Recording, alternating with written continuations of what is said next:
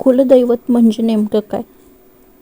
कसे ओळखाल आपले कुलदैवत? कुलदैवता या शब्दाचा नेमका अर्थ कुल आणि देवता या दोन शब्दांनी मिळून कुलदेवता हा शब्द बनला आहे.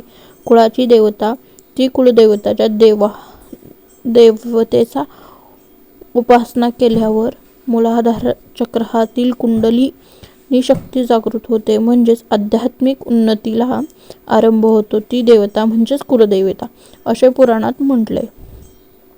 कुलदेवता ज्यावेळी पुरुष देवता असते त्यावेळी तिला कुलदेव आणि जेव्हा ती स्त्री देवता असते तेव्हा तिला कुलदेवी असे संबोधले जाते. आपला कुलदैवत कोण असतात? कुलदैवत हे आपल्या कुळाचे व वंशाचे संरक्षण करणारे दैवत असतात.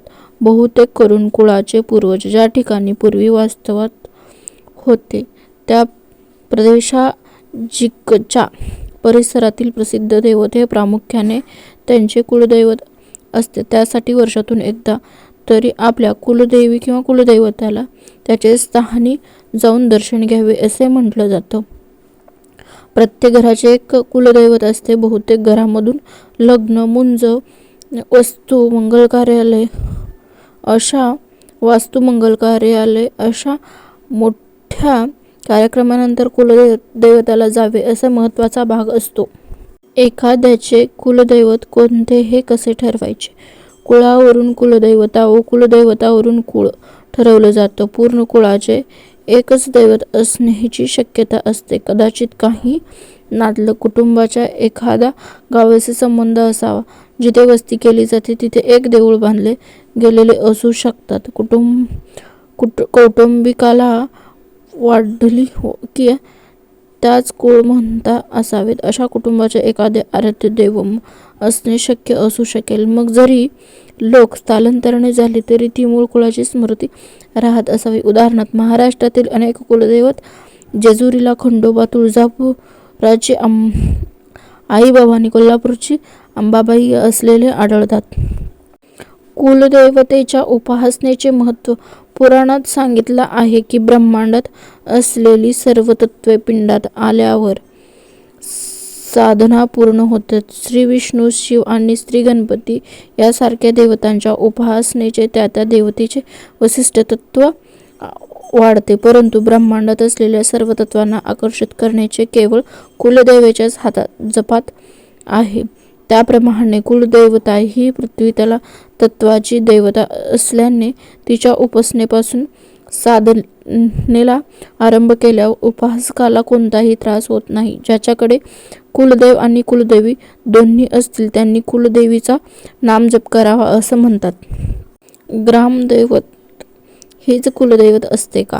ग्रामदैवत ही संपूर्ण गावाचे दैवत. कुलदैवत हे कुळाचे आणि इष्टदैवत हे कोणत्याही आवडणारे, आपल्यावर कृपादृष्टी ठेवणारे दैवत असते. काही वेळा ग्रामदैवत ही कुलदैवत असू शकते, पण ते तसे असेल असा का नियम नाही.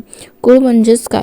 कुळ म्हणजेच कोणा एका मूळ पुरुषापासून पुढे निर्माण झालेली एक आणि एकमेकांशी रक्ताने बांधलेली गेलेली विस्तृत कुटुंब, बहुधा गोत्र, जाती वगैरे सारखा लहान गट किंवा टोळी म्हणजेच कुळ. एकाच कुळातील अनेक लोक एकत्र एकाच आडनावात लावतात असे नाही, परंतु कुलदैवत, गाव, जात वगैरे वरून ते स्वतःला एकच कुळाचे मानले असे वाटते. काही जणांना वाटतं कुळ म्हणजे जात, व तर ते चुकीचं आहे. कुळ म्हणजेच घराणे, ठिकाण, परंतु कुळ म्हणजेच कौटुंब किंवा जात नव्हे. एका जातीचे अनेक कुळे असू शकतात. कुळातील इंग्रजीत क्लॅन म्हणतात. एकंदरीत काय? कुळ म्हणजेच एक टोळी. यावरून महाभारत युद्ध ते एक टोळीयुद्ध होते या वचनाचा आठवण होतो. कुलदैवता ठाऊक नसल्यास काय करावे?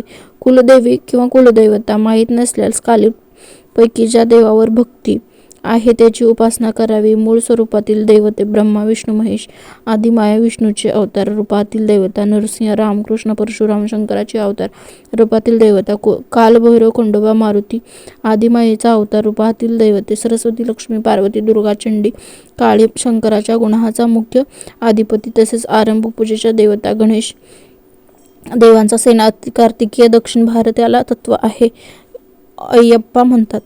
वैदिकीय देवांना इंद्र, अग्नी, वरुण, सूर्य, उषा यातील सूर्य व अग्नी वगळतात. इतर देवांची उपासना आज प्रचलित नाही. कुलदैवत हे येणाऱ्या अरिष्टापासून कुळाचे रक्षण करतो असे समजूत आहे. त्यामुळे जर आपल्याला कुलदैवत ठाऊक नसेल तर ज्या देवावर आपली श्रद्धा आहे त्या देवाचे नामस्मरण करावे असे म्हणतात.